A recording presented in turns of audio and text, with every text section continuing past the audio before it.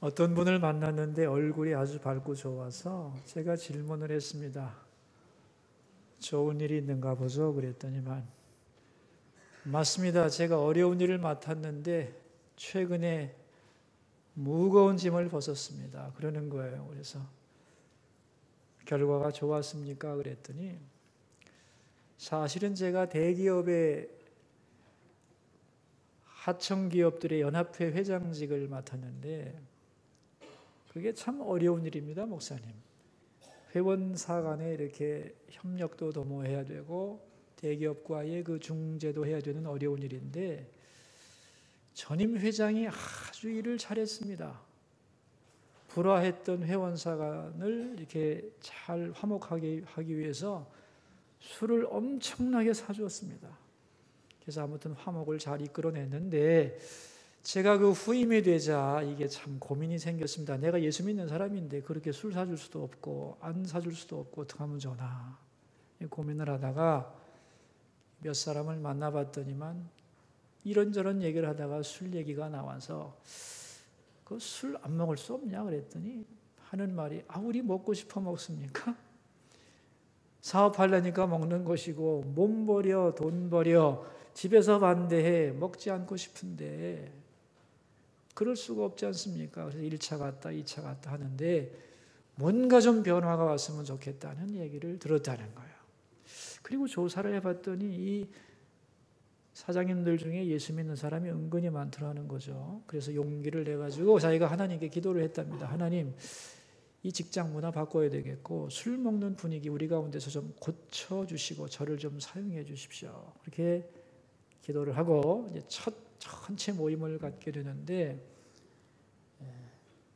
가족을 다 초청을 했답니다. 그래가지고 부부 동반으로 그래서 이제 모든 가족들에게 남편들이 이런 일을 하고 이런 사람들이고 가족들의 지원과 아내들의 이런 여러 가지 도움으로 이렇게 일을 잘 하고 있다. 이렇게 칭찬을 해주고 선물을 많이 준비해서 특별히 이제 여자들이 좋아하는 여행권도 주고 오페라 티켓도 주고 다 이 비용이 어디서 나온 거냐면 오늘 마실 술을 안 먹은 남편들의 수고에서 나온 거니까 다 박수를 보내라고 이렇게 가지고 이제 첫 모임을 기분 좋게 잘 끝냈다는 거죠. 그 다음에 이제 매달 모이는데 먹던 사람들이 술을 안 먹으니까 굉장히 컬컬해 하는데 이걸 먹이지를 않고 그 허전한 마음을 가지고 돌아가면 안 될 것 같아서 집으로 갈 때마다 보따리 선물을 다 앵겨대는 거죠. 우리가 술 안 먹고 갖다 주는 거니까 잘 전하라고. 그래서 이제 이게 선물을 가지고 집으로 갔는데 이 시간이 가니까 처음에는 좀 뜨악하더니만 아내들이 좋아하고 나중에는 이 사장님들이 더 좋아했다는 거예요. 그래가지고 임기가 1년인데 1년 잘 마치고 2년째 재선이 돼가지고 2년 동안 제가 잘 마치고 짐을 벗었습니다. 그러는 거예요. 그러면서 하는 말이 더 감사한 것은 제가 이렇게 하는 걸 보고 제 많은 친구들이 우리도 술 먹지 않는 직장 문화 만들겠다고 선언 사람들이 참 많습니다. 얼마나 감사한지 모릅니다, 목사님. 그러면서 하는 말이 전임 회장님은 술을 많이 사준 게 자랑이었는데 저는 한 번도 안 사준 게 자랑입니다. 그러는 거예요. 제가 그 말을 들으면서 두 분 다 자랑거리는 많은데 자랑의 내용은 정반대구나 그런 생각을 했습니다. 여러분 인생을 살면서 이 자랑이라고 하는 주제 칭찬과 더불어 아주 인생의 중요한 주제가 됩니다. 유명한 심리학자 셀리그먼이라고 하는 분은 이런 말을 했습니다. 인간에게는 자랑이 있어야 한다. 칭찬이 외부적인 것이라면 자랑은 내부적인 것이다. 칭찬이 다른 사람이 나를 높여주는 것이라면 자랑은 내가 나를 높이는 것이다. 칭찬이 외부에서 나를 세워주는 것이라면 자랑이라고 하는 것은 내부에서 나를 지탱해주는 힘이다. 이 두 가지 모두 다 건강한 인격을 위해서는 절대 필요하다. 그러나 자랑은 칭찬보다 더 중요하다. 왜냐하면 자랑이라고 하는 내적 지탱 능력이 없으면 사람은 스스로 무너져 내리기 때문이다. 자랑이 없는 사람에게 칭찬은 조롱이 될 수도 있다. 그에게 자랑이 없다면 외부의 칭찬도 한계가 있는 것이다. 진정한 자랑은 교만하지 않은 자부심인데 이것은 자기 가치 인식에서 나오는 안정감이다 그랬습니다. 그러니까 칭찬도 자랑도 우리에게 다 필요한데 그 중에 더 필요한 게 뭐라고요? 자랑이라는 게 없으면 절대로 건강한 인격으로 살아갈 수 없다 그런 말입니다. 여러분, 우리가 지난번에 고린도전서 8장을 배웠는데요, 우상의 제물을 먹어도 되느냐 하는 주제였습니다. 그걸 놓고 그리스도인의 행동 원리에 대한 말씀을 나누었어요. 그리스도인들이 어떤 행동을 할 때 이 세 가지 원리가 있는데, 첫째가 지식의 원리고, 두 번째가 사랑의 원리, 세 번째가 양심의 원리라고 그랬어요. 우상의 제물 먹을 수 있는가? 우상이라는 게 존재하지 않기 때문에 먹을 수 있다. 이게 지식의 원리죠. 그런데 내가 그래서 먹으려고 하는데 나를 보면서 누군가가 실족할 수 있어요. 그래서 그 사람을 사랑하기 때문에 나는 먹을 수 있지만 먹지 않는 것, 이게 사랑의 원리예요. 이제 다른 사람과 나는 상관없어요. 마지막으로는 내가 하나님 앞에서 양심을 놓고 볼 때에 그 양심인 이것을 지지하는가? 그것을 따라가야 한다고 그랬죠. 그게 양심의 원리다 그랬어요. 이 세 가지 원리를 가지고 무슨 일이든지 하면 그리스도인으로서 올바르게 행동할 수 있다. 이게 지난 시간의 내용이었습니다. 생각이 나시지요? 오늘 9장은 아주 중요한 장인데 성도와 사역자들이 반드시 마음속에 새겨야 될 원리가 오늘 9장에 나옵니다. 여러분, 사도 바울은요, 많은 교회를 세웠는데 그 중에서도 고린도 교회에 특별한 애정을 가지고 있었어요. 그래서 1년 반 동안이나 거기 머물면서 교회를 개척했습니다. 사도 바울이 항상 그렇게 오래 머문 것은 아니었거든요. 어떤 경우에는 3주일만 머물면서 교회를 세우기도 했어요. 그 교회가 데살로니가 교회예요. 그런데 1년 반을 머물면서 교회를 세웠다는 것은 그 교회에 특별한 애정을 가지고 있었다는 거죠. 그런데 이 고린도 교회의 많은 성도들이 다 바울을 좋아했지만 그 중에 소수의 사람들은 그에게 반발을 했어요. 왜냐하면 고린도서를 보냈잖아요. 다시 말하면 편지를 보내서 그들에게 닥친 문제를 이렇게 저렇게 풀어가라고 지시를 했기 때문에 거기에 대해서 반발을 한 거예요. 아니, 사도 바울이 교회를 세웠으면 세웠지, 떠났는데 이제 와서 왜 우리 보고 이래라 저래라 하느냐, 자기가 사도도 아니면서 그렇게 말을 한 거죠. 그러면서 사도 바울을 세 가지로 비난을 했어요. 그게 오늘 9장에 다 나와요. 세 가지 비난 내용이 뭐냐면, 첫째가 바울은 온전한 사도가 아니다. 가짜다, 가짜. 첫 번째 비난이고, 두 번째는 바울은 결혼도 못한 주제에 그랬습니다. 그 당시 결혼 못한 게 흠이었거든요. 결혼도 못했다 하는 것이고, 세 번째는 바울이 돈을 탐낸다는 거예요. 교회 돈 가지고 자기 마음대로 쓴다. 이 세 가지 비난을 사도 바울에게 퍼부었던 거예요. 근데 왜 이제 이런 말이 나왔느냐 하면은, 사도 바울이 처음에 고린도에 왔을 때 그는 굉장히 두려움 속에서 전도를 시작했어요. 왜냐하면은 고린도 오기 전에 어느 도시에서 전도를 했냐면 아테네에서 전도를 했는데, 아테네는 철학의 도시 아니에요. 사도 바울이 철학의 대가이기 때문에 내가 철학적인 논리를 가지고 복음을 전하면 대박이 날 거라고 생각했는데 그렇게 접근했다가 깨끗하게 실패를 했어요. 아테네에서 교회를 못 세웁니다. 그래서 주눅이 들어버려 겁이 났단 말이죠. 그 상태에서 고린도로 오게 되자 그는 담대하게 복음을 전하지를 못합니다. 그래서 누구에게 말도 못 꺼내고 자기 기술을 가지고, 장막 짓는 기술을 가지고 돈을 벌면서 옆에서 같이 일하는 사람에게 일터에서 전도를 해가지고 그 사람을 중심으로 교회를 세우게 돼요. 그러니까 교회는 세웠는데 사도답게 멋지게 선교를 멋있게 해서 세운 교회가 아니었다는 거예요. 그러니까 바울이 고린도에서의 초기 모습은 매우 초라했다는 거예요. 그 초라한 초기의 모습을 아는 고린도 교인들은 고린도서를 읽으면서 왜 그가 이래라 저래라 하는 거냐, 그 말 들을 필요 없다 하고 비난을 한 거죠. 첫 번째가 사도권에 대한 비난을 한 거예요. 여러분, 사도란 말이 성경에 많이 나오는데 이 사도라는 것은 어떤 직분이며 왜 있어야 되느냐 하는 것을 우리가 알아야 돼요. 사도란 말이 아포스톨로스란 말인데 보냄을 받은 자, 그런 뜻이에요. 예수님에 의해서 복음을 전하도록 보냄받은 자, 그게 사도입니다.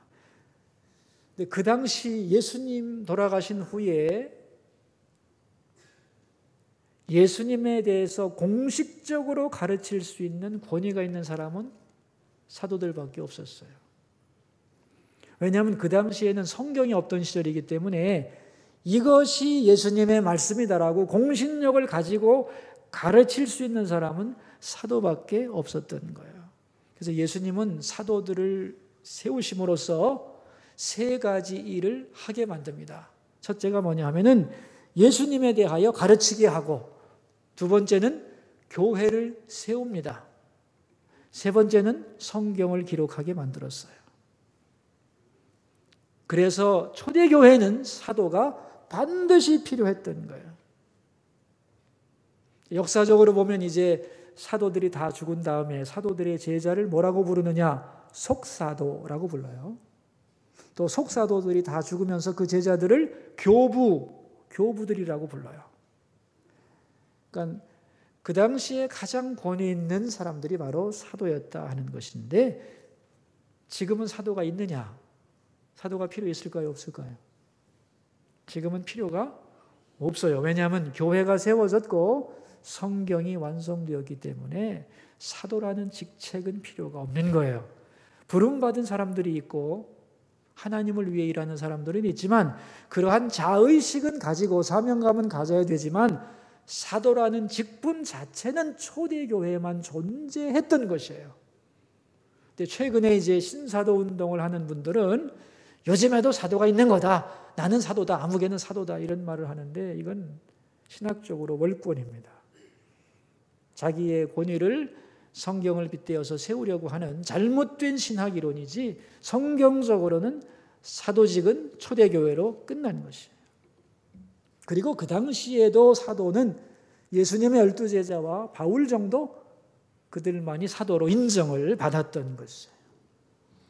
그런데 왜 바울 보고 사도가 아니라고 그랬느냐? 그 말이 왜 나오냐 하면은 그 당시에 사도의 기준이 있어요. 세 가지 기준이 있어요. 이런 사람만이 사도예요. 첫째가 뭐냐 하면은 예수님의 공생애 기간 동안 같이 생활했어야 돼요. 예수님의 공생애가 3년이잖아요. 3년 동안 예수님과 함께 머물렀던 사람들이 여야 하는 거예요. 그게 첫 번째 조건이고, 두 번째는 예수님으로부터 직접 말씀을 배웠어야 돼요. 세 번째 조건은 예수님의 부활을 목격했어야 돼요. 이 세 가지 조건을 갖춘 사람들이 사도인 거예요. 근데 바울은 왜 그럼 사도가 아니라는 공격을 받았을까요? 이 세 가지 조건 중에 바울에게 결함 있는 게 뭘까요? 공생의 예수님 3년 동안 함께 하지를 못했어요. 그는 그때 당시는 율법학자였고 예수님을 알지 못했어요. 그런 면에서는 자격미달 요소가 있죠. 그런데 하나님께서 바울을 특별히 이방인을 위한 사도로 부르셔서 그를 보내셨어요.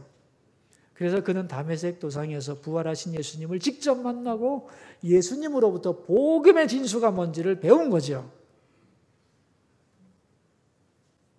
그러나 하자가 있었기 때문에 걸핏하면 바울은 사도가 아니다 하는 공격을 받았던 거예요. 그럼 이렇게 생각할 수가 있죠. 아니, 다른 사람들이 당신은 사도 자격 없어 그러면은 맞아, 나 없어 이렇게 끝나면 되는데 왜 사도 바울은 끝까지 까지 내가 사도라고 빡빡 우겼느냐 하는 거예요. 이거는 목회학적 이유 때문이에요. 자기를 위해서가 아니고 바울의 사도권이 부정되면 성도들에게 피해가 가요. 왜냐하면 그가 세운 이방교회가 얼마나 많아요. 그 많은 교회들이 교회의 견고성이 흔들리고 그가 전한 복음의 권위가 약화되기 때문에, 그래서 결국은 공격한 성도들 자체의 믿음이 흔들리기 때문에 그는 반드시 자기의 사도권을 변호해야 할 필요가 생겨났던 거예요. 그래서 세 가지 비난에 대하여 오늘 하나하나 변론하는 내용이 나옵니다. 먼저 사도권의 공격에 대해서 그가 변호하는 내용이 1절과 2절입니다. 함께 읽어볼까요? 내가 자유인이 아니냐, 사도가 아니냐, 예수 우리 주를 보지 못하였느냐, 주 안에서 행한 나의 일이 너희가 아니냐. 다른 사람들에게는 내가 사도가 아닐지라도 너희에게는 사도이니 나의 사도됨을 주 안에서 인친 것이 너희라. 그랬어요. 나는 사도가 아니냐? 사도라는 거예요. 예수님을 직접 내가 다메섹에서 보았다는 거예요. 더 중요한 것, 다른 사람들은 몰라도 고린도 교회 교인인 너희들은 나를 보고 사도가 아니라고 말하면 안 되지. 왜?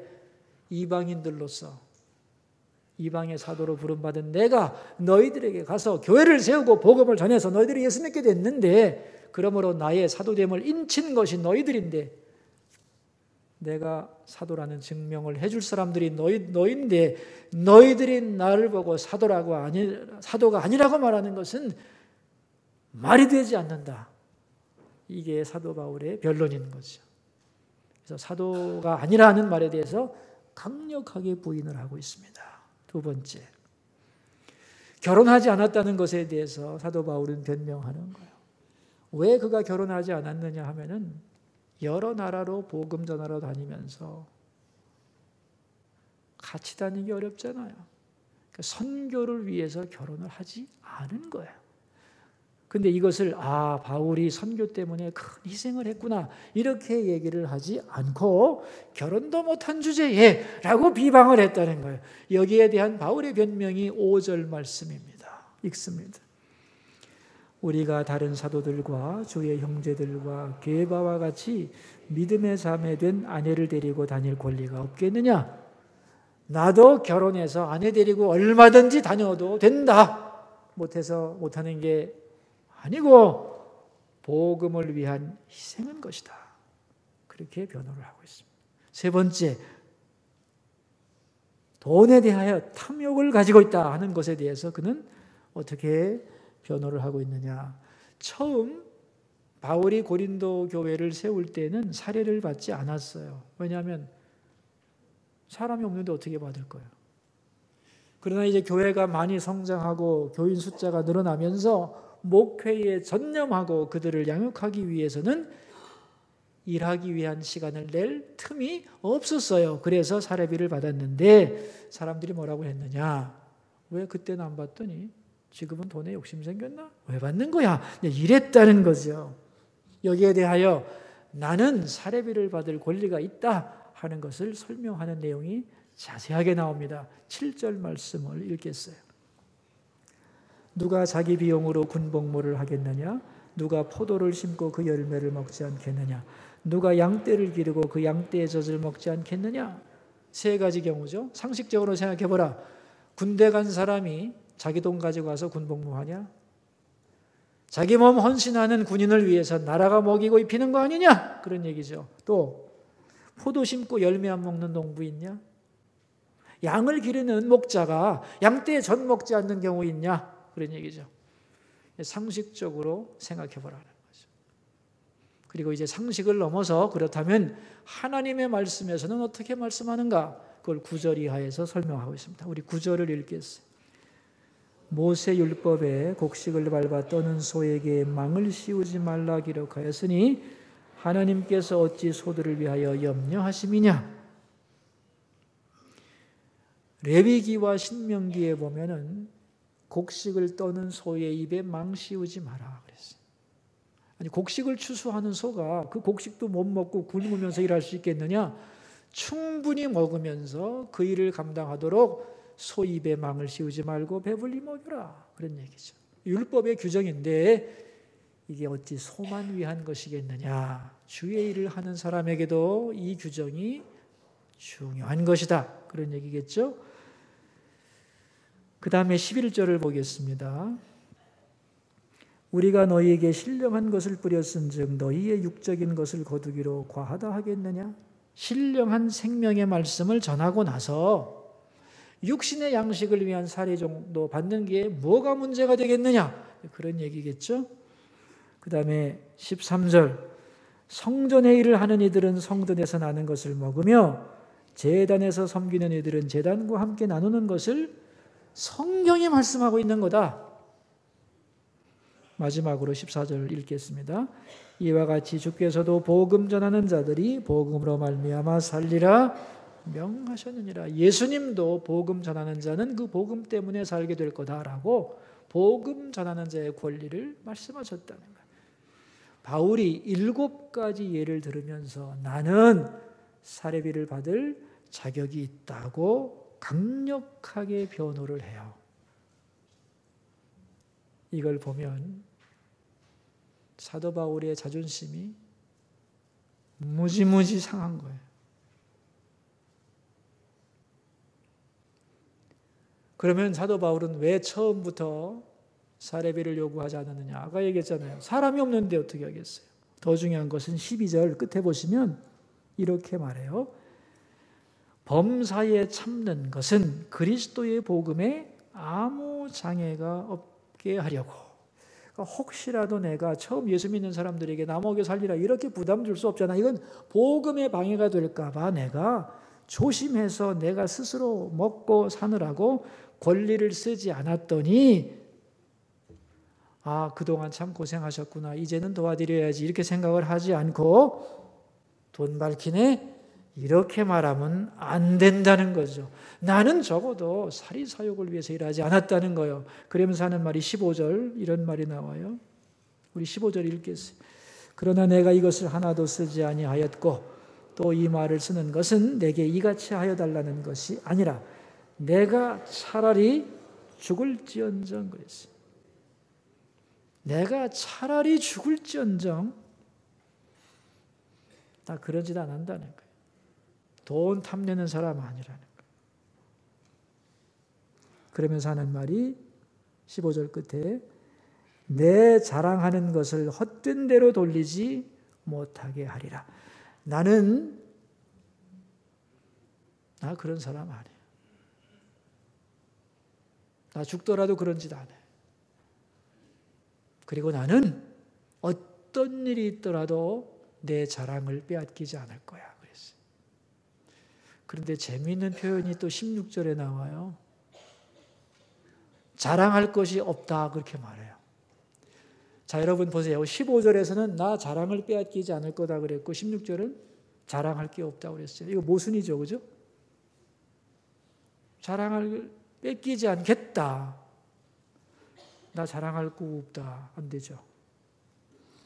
그렇다면 무엇을 버려야 할 자랑은 뭐고 끝까지 붙들어야 될 자랑은 뭐냐 하는 거예요. 그래서 자랑의 문제가 이제 9장에서 이슈로 등장하는 거예요.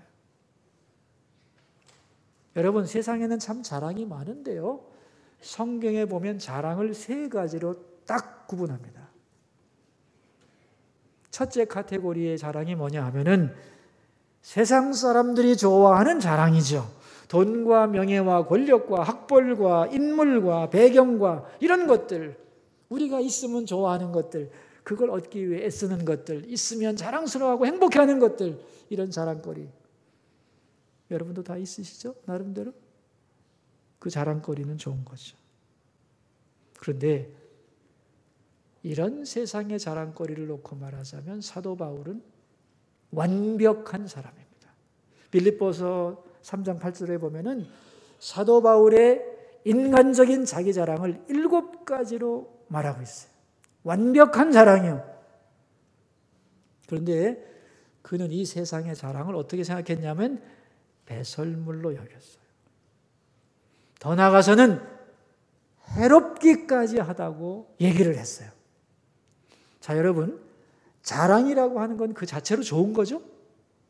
그래요, 안 그래요? 자랑은 자체로서는 좋은 거예요. 그런데 왜 배설물이고 왜 해롭다고 그랬냐면은 자기가 수많은 사람들을 만나서 전도를 하다 보니까 인간적인 세상 자랑 때문에 복음을 받아들이지 못하더라는 거예요. 교만하고 하나님 앞에 바로 서지 못하고 인격이 병들더라는 거예요.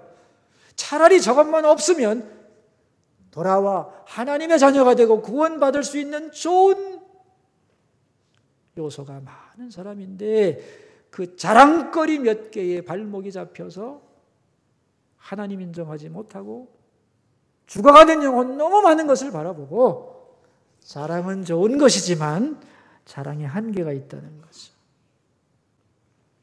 그러면서 자기는 이러한 세상 자랑거리를 다 버리겠다.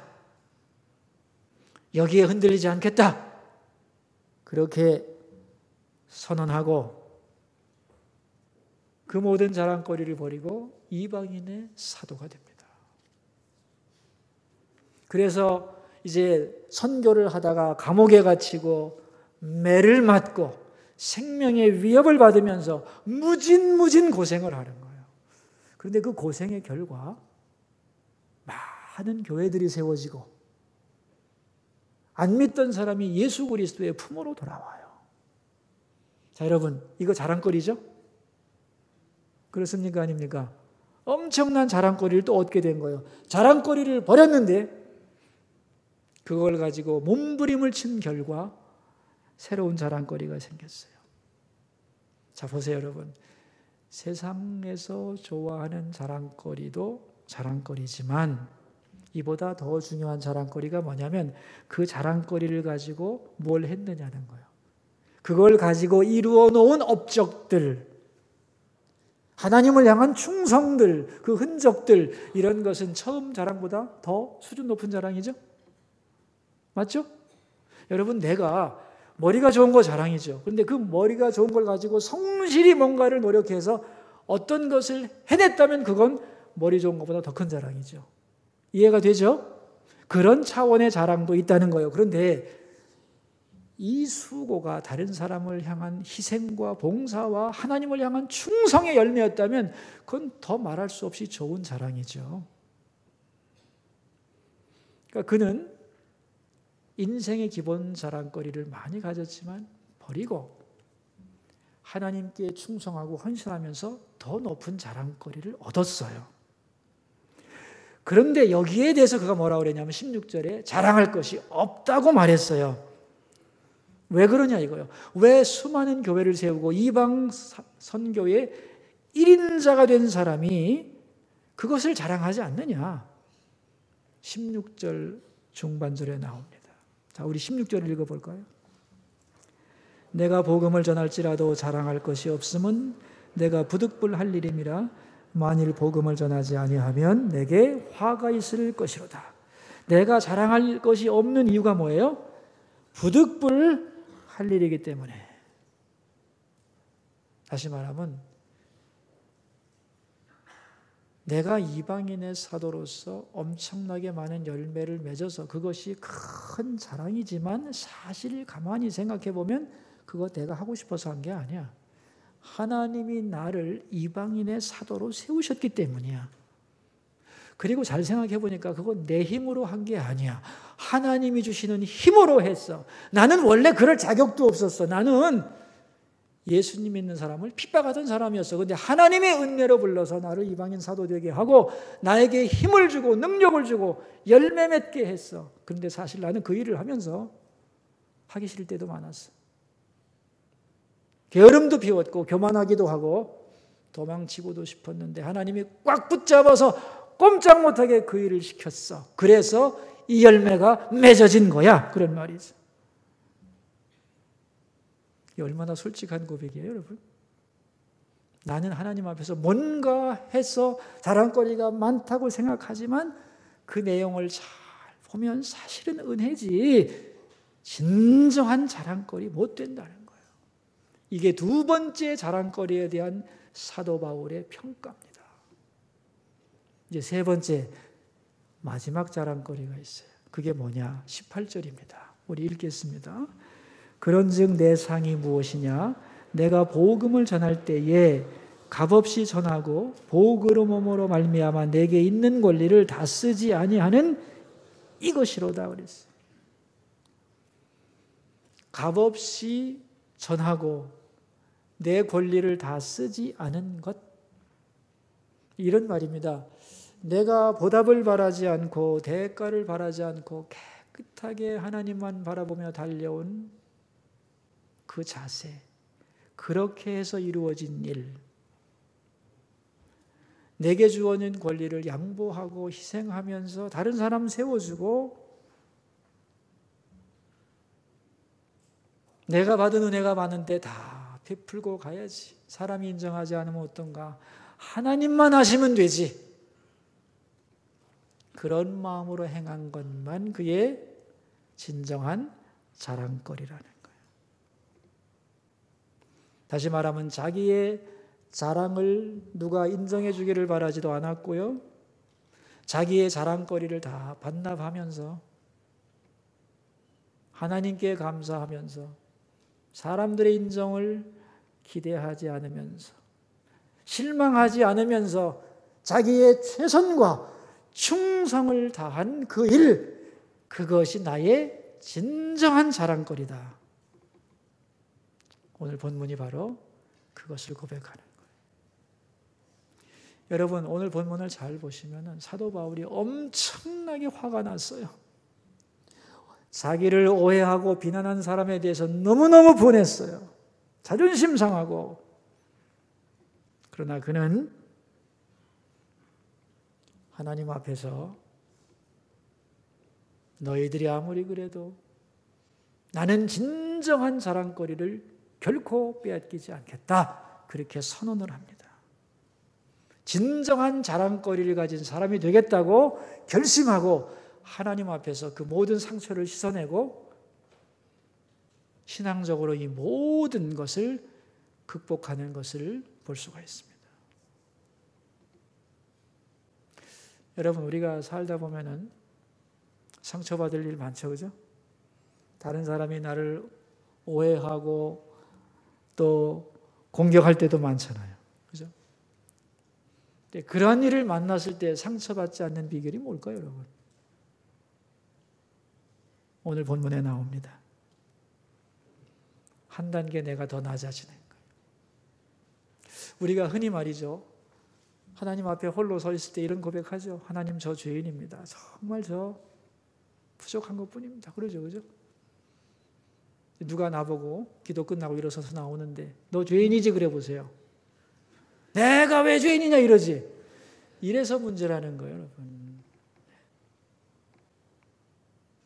내 마음속에는 내가 한 70점쯤 된다고 생각하고 있는데 저 사람이 나보고 너 50점짜리 인간이야 그러면은 이게 어디서 이런 마음이 불쑥 일어나는 거예요, 여러분.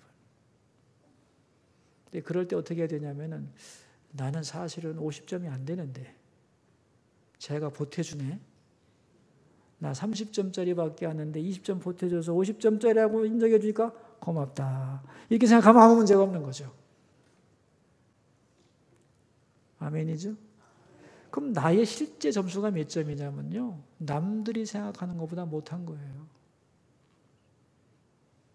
여러분, 내가 나 자신을 하나님 앞에서 정직하게 보면 다른 사람은 나의 깊은 속을 몰라요. 그래서 괜찮게 평가해 준 거예요. 사실은 나는 그만도 못한 존재라는 거예요. 오늘 사도 바울의 얘기가 그 얘기입니다. 내가 많은 일을 한 것 같고 자랑거리가 많은 것 같지만 이방인의 사도로서 엄청난 일을 한 것 같지만 사실 나는 그 속에 보면은 억지로 하기도 하고 안 하면 화가 나 하나님이 화를 줄까 봐 겁이 나서 하기도 했어. 그리고 내 힘으로 한 것도 사실 아니야. 그리고 보니 정말 자랑할 게 별로 없어. 부득불 할 일이기 때문이야. 라고 한 단계 내려와 버려요. 그래서 그런 모든 모욕을 넉넉히 극복하고 하나님 앞에 바로 서는 모습을 오늘 본문에서 볼 수가 있습니다. 얼마 전에 그 직장 문제로 좀 상담을 하겠다고 누가 그래서 만났어요. 그래서 무슨 일이냐고 그랬더니 자기 과에 세 사람이 같은 업무를 담당하고 있는데 선배가 그러더라는 거예요. 아, 이거 회사에 큰 손해가 안 가면서도 우리한테는 이익이 많으니까 한 건 하자. 그런 제안이 와서 자기가 이렇게 생각해 보니 안 되겠다는 거예요. 예수 믿는 사람으로. 그래서 저는 빠지겠습니다. 두 분이서 알아서 하시고 저는 상관 안 할게요. 그 대신 떠버리지 않고 모른 척 하겠습니다. 그랬다는 거예요. 그래서 그 두 사람이 이제 알아서 이렇게 쓱싹을 해가지고 이렇게 이제 한 건을 했는데 문제는 그 한 건 한 다음부터 그 사람 둘이 자기를 쪼는데 이게 걷잡을 수 없는 거예요. 예수 믿는 사람은 그렇게 융통성이 없냐? 이런 말도 하고 지 혼자 천사인 척해? 막 이런 말을 하면서 괴롭히는데 이게 너무너무 힘이 들어가지고 어떻게 할 수가 없다는 거예요 지금. 그래서 직장을 그만둘까? 그래 저 사람 때문에 그만두자니 좀 그렇고 견디자니 힘들고 확 투소를 해버릴까? 이렇게 고민이 돼서 목사님을 뵀습니다. 그래서 제가 그 말을 듣고 고린도전서 9장을 펴놓고 얘기를 했어요. 오늘 본문이죠. 내 자랑을 빼앗기지 아니하리라. 하나님의 사람으로 나쁜 일에 동참하지 않은 거 잘한 일입니다. 그거 자랑거리입니다. 하나님 앞에서 옳은 일을 했으니까 잘했는데 그러나 그것 때문에 힘들다고 해서 당장 직장 그만두면 안 되죠. 신중하게 생각하고 기도해 보세요. 기도하다 보면 해결책을 하나님이 알려주실 거예요. 그렇게 얘기를 하다가 제 마음속에 이거 얘기를 해줘야 되겠다는 생각이 들었어요. 그래서 뭐라고 얘기를 했냐면은 지금 제가 볼 때 우리 성도님에게 중요한 것은 그분들을 향해서 저 나쁜 놈들, 도둑놈들, 죽일 놈들 이런 생각을 하지 않아야 될 것 같아요. 나는 그 일을 하지 않았지만 그러나 나도 하나님 앞에서 저들과 아무 차이가 없는 똑같은 죄인이라는 생각을 하셔야 돼요.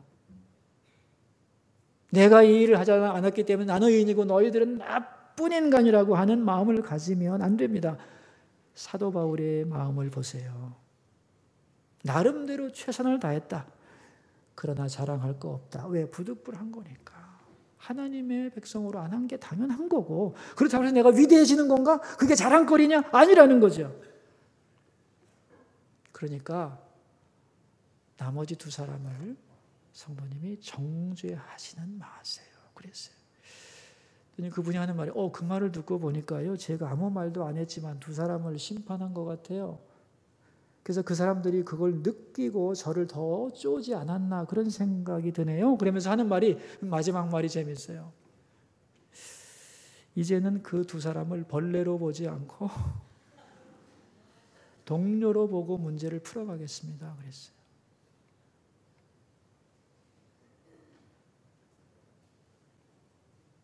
이것이 바울의 마음이었던 거예요.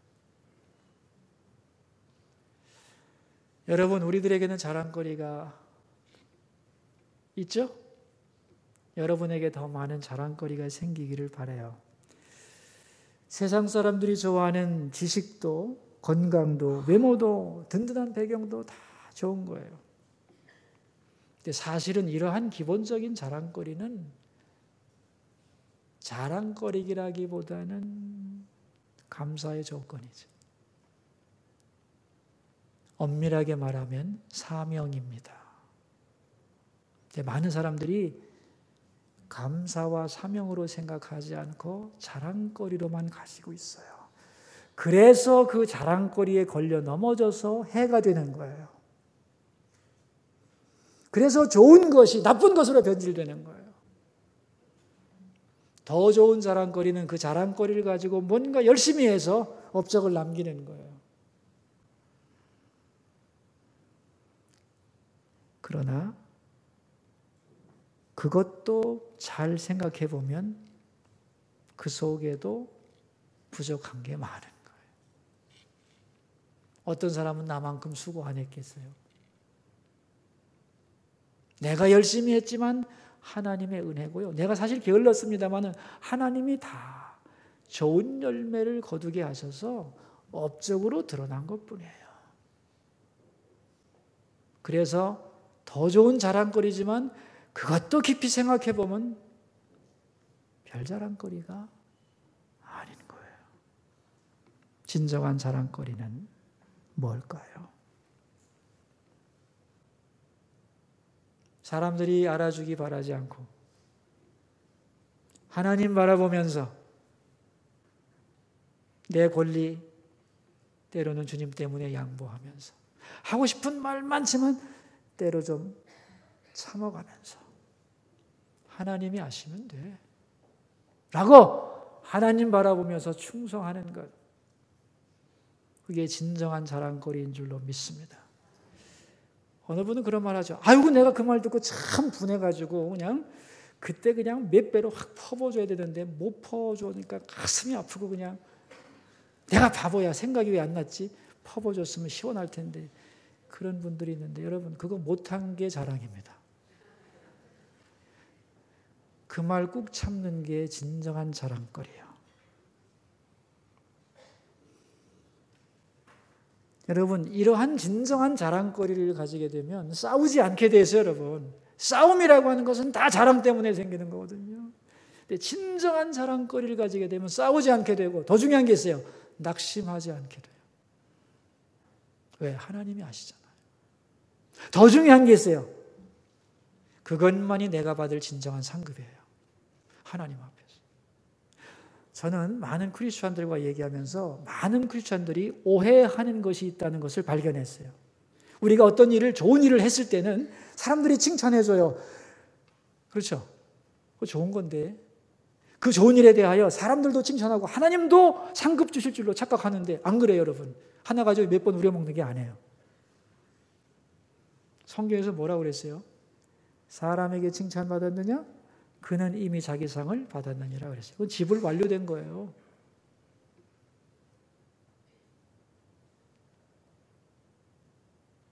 그러니까 우리가 어떤 좋은 일을 했을 때 사람들이 인정해주고 칭찬해주면 좋아해야 돼요. 왜? 내가 업되잖아요. 그죠? 인정받는 거 좋잖아요. 그러나 그걸 아무도 몰라주고 오해하고 그것 때문에 내가 비난받을 때 그때는 더 좋은 거예요. 왜 그럴까요? 그게 진정한 자랑거리가 되는 거예요. 후하신 하나님이 정말 갚아주는 것은 그 일에 대해서예요. 그래서 우리는 어떤 일을 하고 남이 알아주면 좋고 몰라주면 더 좋고, 아멘이죠.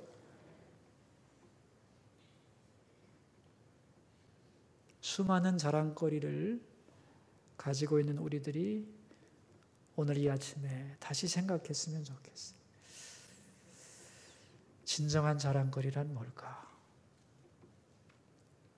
나는 정말 진정한 자랑거리를 가지고 있는가? 이 진정한 자랑거리를 많이 가진 멋진 인생 사시기를 주의 이름으로 축원합니다. 기도하겠습니다. 우리 세 가지 기도 제목을 가지고 주님 앞으로 나가겠습니다. 첫 번째 기도 제목입니다. 남들이 나를 알아주지 않거나 오해한다고 해서 실망하지 않게 하소서. 우리 기도합시다. 하나님, 우리 자랑거리는 우리 인생의 중요한 주제입니다. 우리는 자랑거리를 남에게 알리기를 간절히 원하지만, 그리고 몰라줄 때 서운해하지만, 때로는 누군가가 나를 오해할 때 억울해 못 살겠다, 그렇게 말합니다. 내가 바보야, 왜 할 말을 안 하고 꾹 참았을까? 내가 받은 것보다 더 퍼부어 줄 걸, 그럼 속이 시원할 텐데, 이런 말을 할 때도 많습니다. 주님, 그러나 남들이 나를 알아주지 않고 오해한다고 해도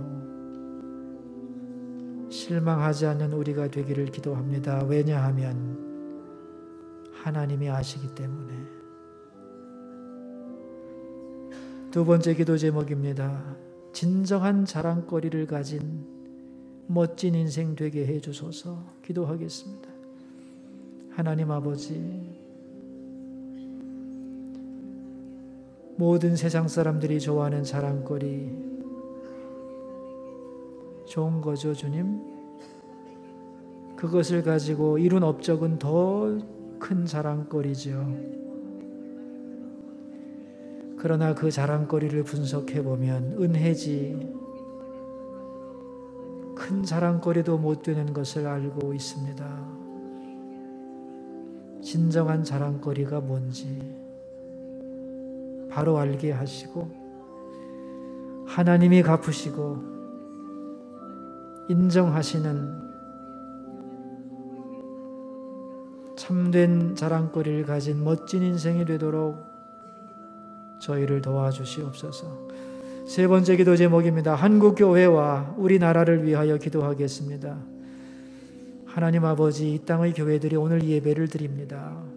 교회마다 진리의 복음이 강물처럼 흐르기 원합니다.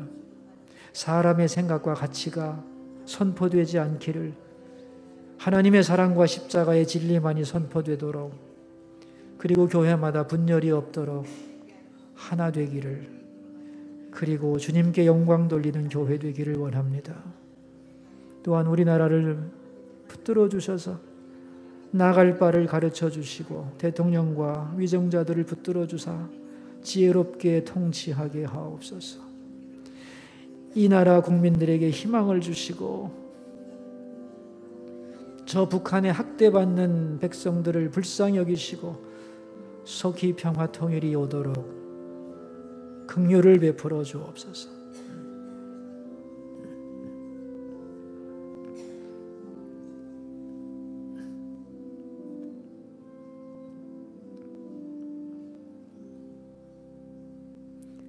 하나님 아버지, 더불어 살면서 우리의 마음이 상할 때가 참 많습니다. 다른 사람의 자랑거리를 보면서 기가 죽을 때도 많습니다. 나의 자랑거리를 사명으로 알지 못하고 산 적도 너무 많습니다. 주님, 우리의 자랑거리 거기서 머물지 않고 그 자랑거리를 가지고 뭔가를 하게 해 주소서. 그래서 더 나은 자랑거리인 업적을 남기게 해 주소서. 그러나 그 업적 속에도 부족한 것이 많습니다. 교만함도 어리석음도 게으름도 억지도 있었습니다. 그러나 주님이 그런 열매를 맺게 하신 것입니다. 진정한 자랑거리는 내 자랑을 반납하고 보답을 바라지 않으며 양보하고 절제하고 하나님 바라보며 최선 다한 것임을 알게 해 주소서.